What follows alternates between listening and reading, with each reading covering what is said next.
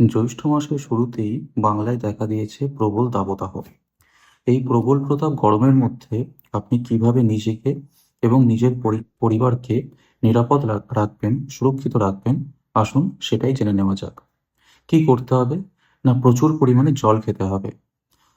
তার সাথে ওআরএস অথবা কাঁচা লেবু দিয়ে বানানো শরবত বা ডাবের জল এগুলো পান করতে পারেন।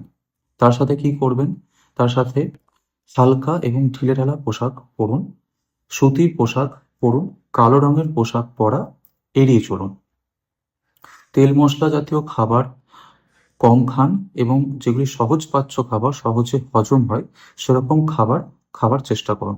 তার সাথে ফলমূল, বিশেষ করে যেগুলো রসালো ফল, যেমন পেঁপে, তরমুজ, লিচু, এগুলো, শসা, এই জাতীয় ফল বেশি করে খাওয়ার চেষ্টা করুন।